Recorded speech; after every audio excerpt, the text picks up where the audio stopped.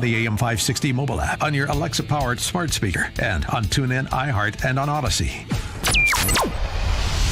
This is Chicago's Morning Answer with Dan Proft and Amy Jacobson on AM 560. The Answer.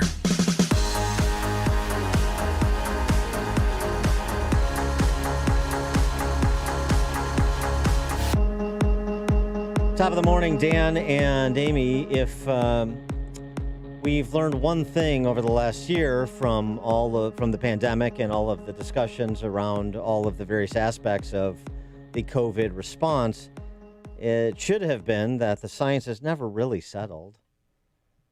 We're always trying to understand something we don't completely understand. And science evolves over time. And so that should be also applied to the topic of climate science, one would think. And yet still we have politicians speak with moral certainty, much more moral certainty than perhaps evidence. And the science is settled. And if you ask questions, forget disagree, if you ask questions about the evidentiary basis, you're a denier. Just like if you ask questions about vaccinations or mask wearing, you're a COVID denier. Can't ask questions because once a certain critical mass of leftist public health officials or policymakers or academics or the combination of all three categories says it's settled, then it's over and the discussion has now been completed. Well, that's not the case with infectious disease, and it's not the case with climate either.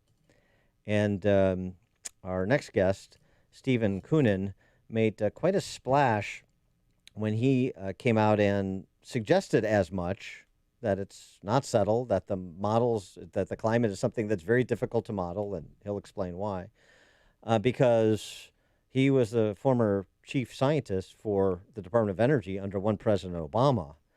And you're supposed to hew to the orthodoxy when it comes to the apocalyptic pronouncements of politicians like, well, the climate czar du jour. It happens to be John Kerry now. For more on this, pleased to be joined by Stephen Koonin, University Professor at NYU, with appointments in the Stern School of Business, the Tandon School of Engineering, and the Department of Physics. He founded NYU's Center for Urban Science and Progress and served as Undersecretary for Science in the U.S. Department of Energy under President Obama from 2009 to 2011. His new book, Unsettled, What Climate Science Tells Us, What It Doesn't, and Why It Matters. Professor Koonin, thanks so much for joining us. Appreciate it. Great to be talking with you both this morning. So climate modeling is central to climate science. That's something that you said. And I wonder if you still believe that with what you're suggesting is the difficulty in modeling climate science for much prospective value for current policymaking. Well, climate modeling is essential to trying to understand how the climate will change in the future and why it's changed in the past. But it's also a very, very difficult task. And most of the public discussion is simply, this is what the model says. When in fact, there are many different models that say many different things about how the climate might respond. And so it needs to be represented realistically. It's important, but it's also quite uncertain. Yeah, Carrie Emanuel at MIT explained it this way. Computer modeling of global climate is perhaps the most complex endeavor ever undertaken by humankind. A typical climate model consists of millions of lines of computer instructions designed to simulate an enormous range of physical phenomena. The problem here is that there are many important processes that happen at much smaller scales than are easily modeled.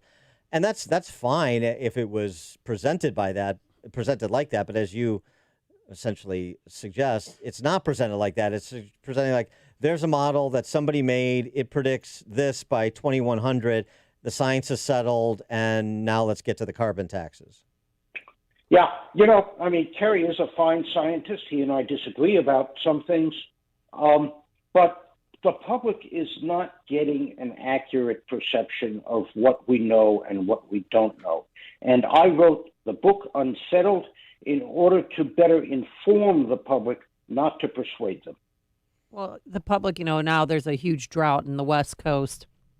places like Utah, Arizona, and they're banging the drum that this is climate change? Well,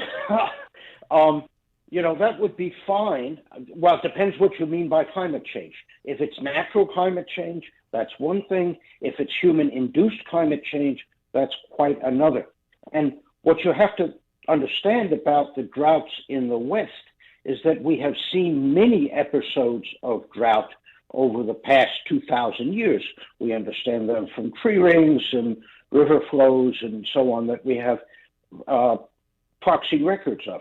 And so you've got to explain why this particular drought is human-caused as opposed to the many other droughts of comparable size that happened well before humans were influencing the climate. Well, I mean, that sort of nuance is lost in the discussion, which I know is part of your argument. And everything that happens, every natural disaster, every weather event is presented by the media and some politicians as evidence of climate change with no distinction like you just made, and thus the need to, ban fossil fuels and set up windmills and all the other policies that you're familiar with in terms of the advocacy.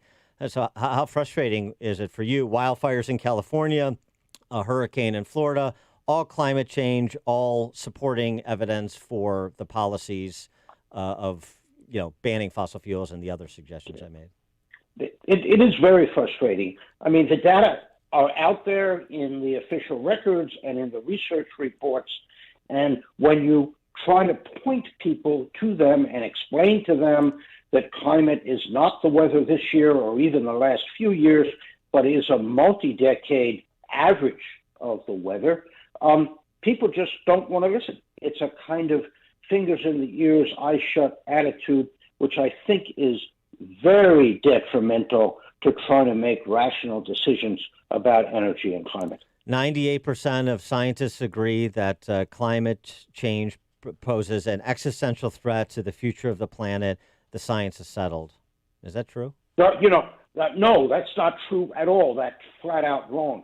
The 97 or 98% number, which was done, which arises from a flawed survey that was thoroughly debunked some years ago, and no scientist I know, except if they're in the political sphere, uses the phrase existential threat or climate disaster or climate crisis.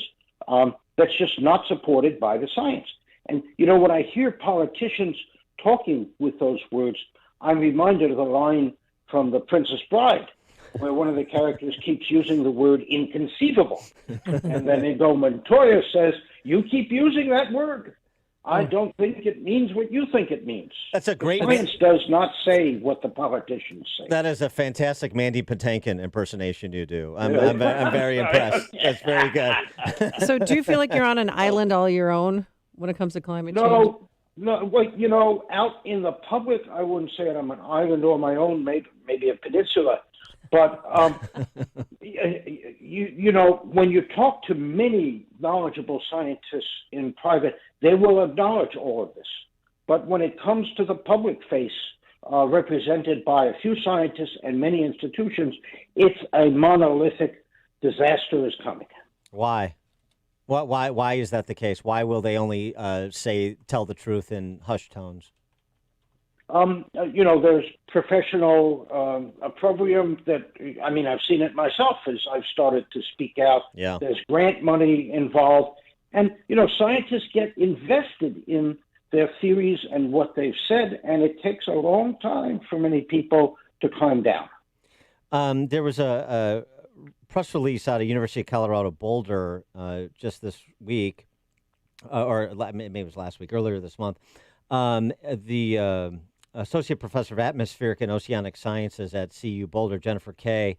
Our work shows the increase in climate sensitivity from the last generation of climate models should be taken with a huge grain of salt. The title of the release, Warmer Clouds, Cooler Planet. And that criticism of the last generation of climate models that she offers. Yeah, so there are multiple generations of climate models. The next one, which informs the UN report that will be released in August, they get more and more sophisticated, but they get more and more discrepant with one another and with the data. And about 40% of the new generation of models show a very high sensitivity to greenhouse gases, but they also do a lousy job of describing the temperature history over the last 50 years, and of the paleoclimate data. They do a bad job of describing that as well. So as we started our conversation, the models are important, but they're very tricky. And what of the pronouncements that are made by these international bodies like the UN Intergovernmental Panel on Climate Change that is, oft cited again by politicians, the appeal to authority fallacy, as, this is the gospel of the leading atmospheric scientists and physicists and climatologists of the world, and this is the basis on which we should be making public policy. Yeah, so the politicians are not scientists, yes, and so they're at the end of this long game of telephone that starts with the data and the research papers. It goes through the assessment reports written by the UN and governments. It goes through the summaries of those assessment reports, which have the heavy hand of government when they're written, and then finally to the media. And so, you've got to get back to the beginning of that chain, and I wrote the book Unsettled in order to try to tell people what's actually in the reports as opposed to what gets filtered by all these different layers. And so what are the big questions that we should be exploring and that even laymen like us on this show and people who listen should be asking policymakers before they sign on to support a particular policy? Yeah, I think it starts with trying to get an honest picture for non-experts. And that means, in my mind, an adversarial process in which one group writes the report and another group is charged with looking at what's wrong with this report. And that kind of process is routinely used in high-consequence decisions. It has not been used for the climate assessments. So I would start first with that. Yeah. Secondly, as you read the media, any article that uses the word denier, quotes the 97%, doesn't give you numbers with uncertainties, doesn't provide historical context. These are all the things to look for in a media report that are red flags and say, hey, wait a second, somebody's trying to persuade me, not inform me. That's straightforward, and sounds perfectly sensible to me. He is Stephen Koonin, University Professor at NYU. He also founded NYU's Center for Urban Science and Progress, served as Undersecretary for Science in the U.S. Department of Energy under President Obama from 2009 to 2011. The book, pick it up, Unsettled, What Climate Science Tells Us, What It Doesn't, and Why It Matters. Professor Koonin, also a very good, very big Princess Bride fan, and a Mandy Patinkin impersonator. Professor Koonin, thanks for joining us. Appreciate it. Good luck with the book. Okay, wonderful to chat with you. Thank you. Thank you. And he joined us on our turnkey.pro answer line. If you're talking about it, Dan and Amy are talking about it. It's Chicago's Morning Answer on AM 560. The Answer. Look, staying healthy isn't easy. Watching your diet, hitting the gym, avoiding stress.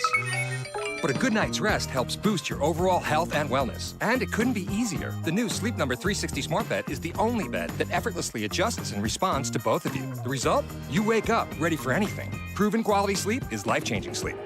During our lowest prices of the season, the new Queen Sleep Number 360 C2 Smart Bed is only $8.99. Only for limited time. To learn more, go to sleepnumber.com. Designer face masks, DIY haircuts. In a world full of things you never thought possible, here's one more. Now you can get the same high-quality insurance from Allstate, but at a new low rate. Drivers who switched and saved average $780